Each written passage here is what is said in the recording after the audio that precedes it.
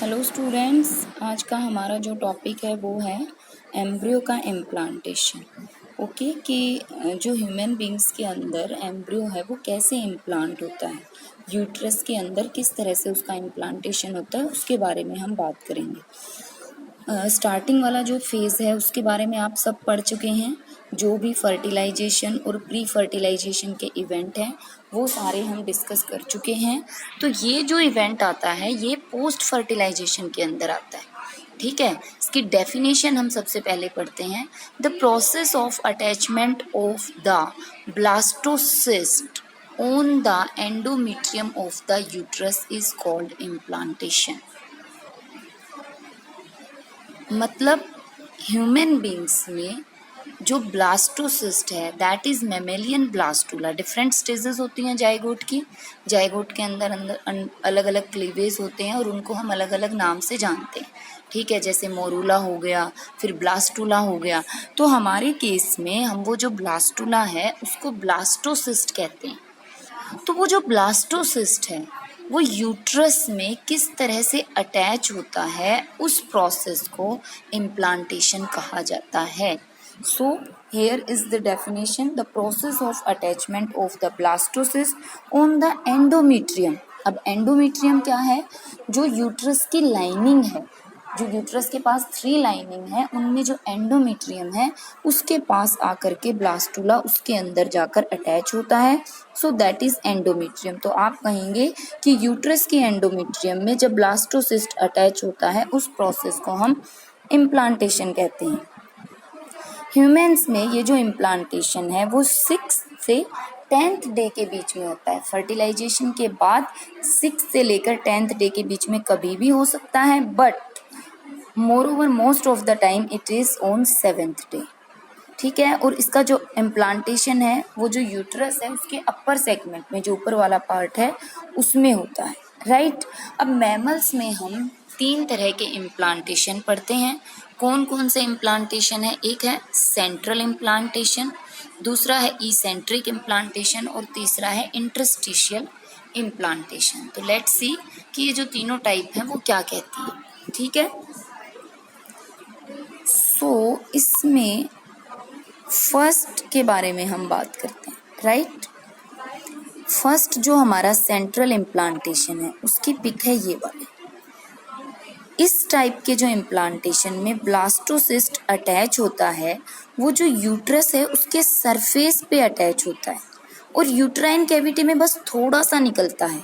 मतलब बिल्कुल हल्का सा पार्ट उसका जो है वो बाहर प्रोजेक्ट आउट होता है, इसीलिए इसको हम सुपरफिशियल इम्प्लांटेशन भी कहते हैं। ठीक है, अब आपको याद क्या करना है कि ये जो सेंट्रल इम्प्लांटेशन है या जो सुपरफिशियल इम्प्लांटेशन है ये किसके केस में होता है? जो हॉर्स हैं, काऊ हैं, जिराफ हैं, कैट हैं, डॉग हैं और जो लोअर प्राइमेट्स हैं, मॉन्कीज वगैरह हैं, उनके केस में सेंट्रल इम्प्लांटेशन होता है। राइट। उसके बाद हम नेक्स्ट इम्प्लांटेशन की बात करेंगे। एक minute. Okay, next implantation is eccentric implantation.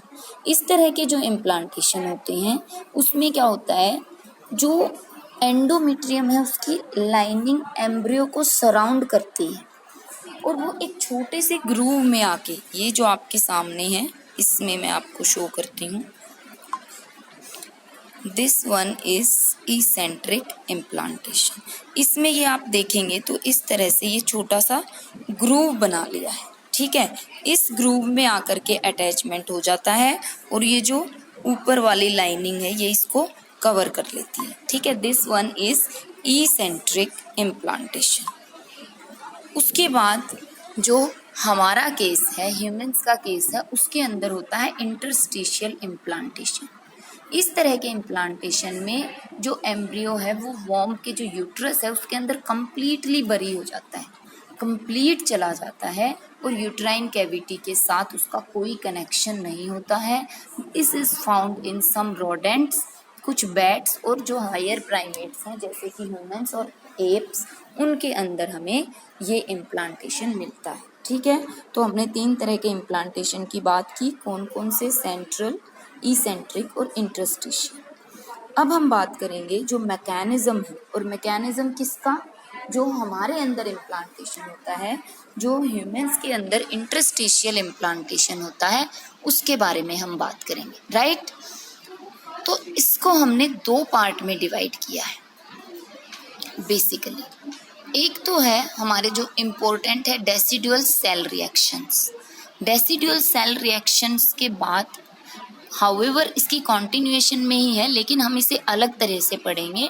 पहले आप डेसिडुअल सेल रिएक्शन करेंगे, उसके बाद डेसिडुआ फॉर्मेशन के बारे में बात करेंगे, ठीक है। तो इंटरस्टिशियल इम्प्लांटेशन में पहले क्या होता है, ये आप एग्जाम्पल जो हैं, फर्स्ट मैं आपको ये जो डायग्राम है इसकी हेल्प से समझाती हूँ। ये यूट्राइन कैविटी है, ये आपका ब्लास्टोसिस्ट है। ब्लास्टोसिस्ट में ये जो बाहर की लेयर है ये ट्रोफोब्लास्ट कहलाती है, राइट। और ये जो पोर्शन है, this portion is known as embryo proper. इससे एम्ब्रियो बनता है, और आपकी जो ट्रोफोब्लास्ट है इससे क्या बनता है, प्लेसेंटा बनता है, राइट।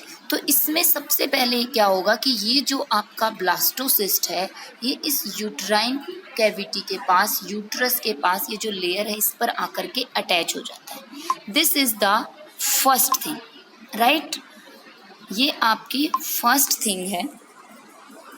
सो इसके बाद यहाँ पर आप देखेंगे नेक्स्ट पिक्चर में, ये जो आपका यूट्राइन एपिथेलियम है, ये यूट्राइन एपिथेलियम आप ध्यान से देखेंगे तो यहाँ पर ये कट हो गया, डिसरप्ट हो गया, और ये ब्लास्टोसिस्ट इसके अंदर बरीड होता जा रहा है, ठीक है।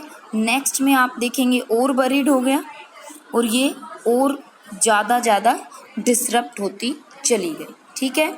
उसके बाद लास्ट जो डी है उसमें आप क्या देख रहे हो, ये जो ब्लास्टोसिस्ट यहाँ पे था, यहाँ पर आकर कंप्लीटली इसके अंदर बरी हो चुका है, और ये जो आपकी यूट्राइन एपिथेलियम है इसने दोबारा से इसको पूरा कवर कर लिया है, ठीक है।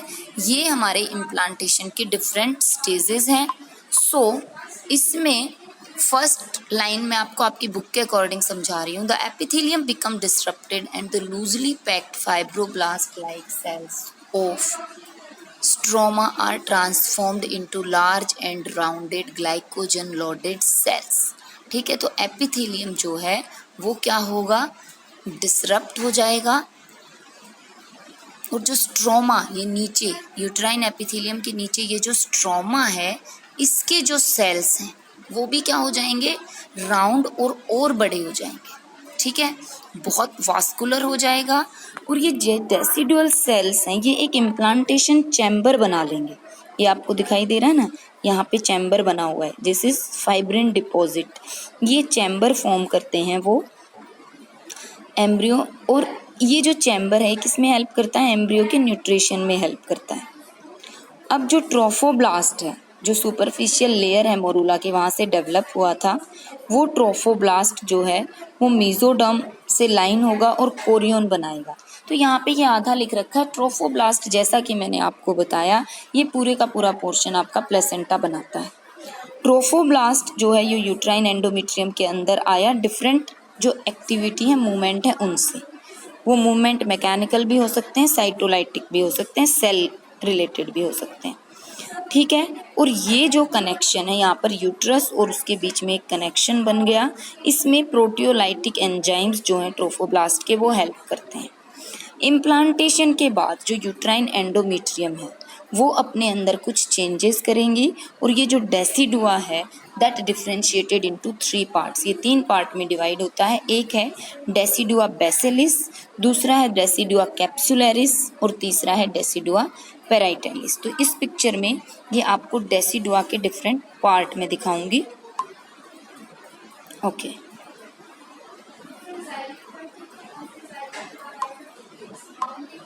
एक मिनट,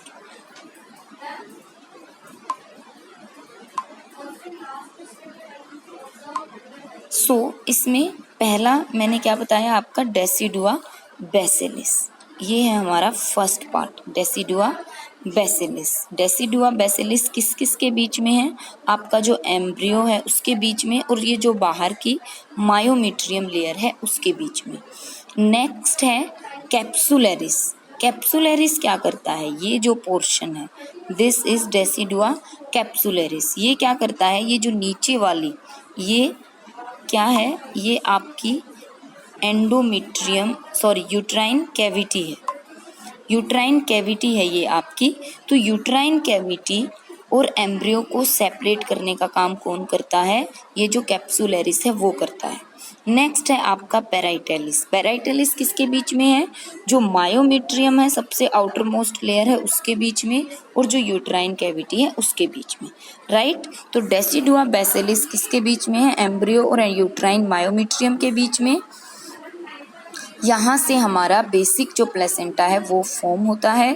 किससे बनता है? ये बड़े बड़े जो डेसिडुअल सेल्स हैं उनसे, और इसमें लिपिड और ग्लाइकोजल ग्रेन्यूल्स होते हैं जो एम्ब्रियो को न्यूट्रिशन प्रोवाइड करते हैं। जो डेसिडुआ बेसिलिस है उसको डेसिडुअल प्लेट भी कहते हैं। So this is about decidua formation. ये जो है, ये पिक आपको पूरा जो आपका इवेंट है वो बताती है, ठीक है। ये आई थिंक आपको क्लियर होगा। अगर नहीं क्लियर हो तो बता देना, इसकी भी एक छोटी सी वीडियो बना के मैं आपको दे दूँगी, राइट। ये हो गया आपका इम्प्लांटेशन का प्रोसीजर। उसके बाद है हार्मोनल कंट्रोल ऑफ इम्प्लांटेशन।